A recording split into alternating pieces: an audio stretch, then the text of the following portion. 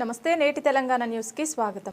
ఎన్ని కుట్రలు చేసినా మేయర్ పీఠం బీజేపీదే. బీబీఆర్ వేణు రానున్న గ్రేటర్ హైదరాబాద్ ఎన్నికలలో బీజేపీని ఓడించేందుకు అశాస్త్రీయ పద్ధతిలో కాంగ్రెస్ ప్రభుత్వం డివిజన్ల విభజన చేసినప్పటికీ మేయర్ పీఠం బీజేపీకి దక్కుతుందని బీజేపీ ఓబీసీ మోర్చా అధికార ప్రతినిధి మీడియా ఇన్ఛార్జ్ బీబీఆర్ వేణు పేర్కొన్నారు.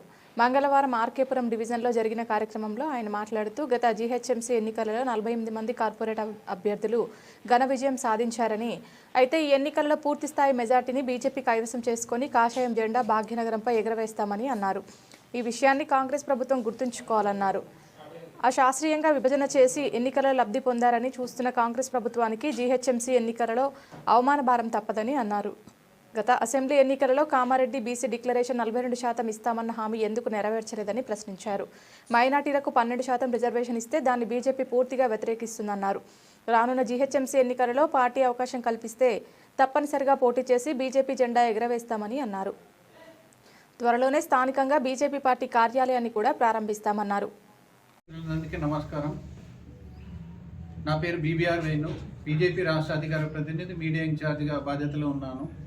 రాబోయే జీహెచ్ఎంసీ ఎన్నికల్లో ఉమ్మడి ఆర్కేపురం డివిజన్ ఏదైతే రెండు భాగాల్లో విడిపోయిందో ఏదో ఒక డివిజన్లో నేను కూడా జీహెచ్ఎంసీ ఎన్నికల్లో నిలబడుతున్నాను. దాన్ని ఉద్దేశించి ఈ ప్రెస్ మీట్ పెట్టడం జరిగింది.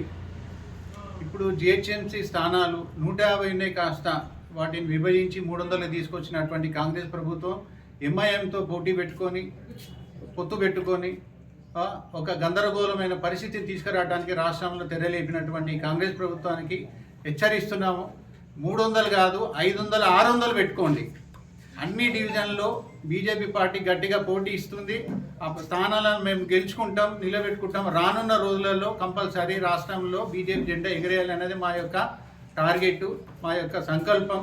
ఖచ్చితంగా రానున్న రోజులలో రాష్ట్రంలో బీజేపీ జెండా ఎగిరేసి చూపిస్తామని ఈ సందర్భంగా ముఖ్య ఉద్దేశంతో అందరికీ తెలియజేయడం జరుగుతుంది. ఈ యొక్క ప్రెస్ మీట్ ముఖ్య ఉద్దేశం, రానున్న జీహెచ్ఎంసీ ఎన్నికల్లో మా ఉమ్మడి ఆర్కేపురం 2 డివిజన్లో విడిపోయింది. ఎక్కడ అవకాశం వచ్చినా నేను పోటీ చేయడానికి సిద్ధంగా ఉన్నాను.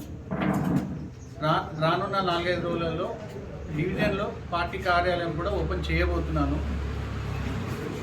మా అధిష్టానం సూచనల మేరకు నేను పార్టీ కార్యాలయం ఓపెన్ చేయబోతున్నాను.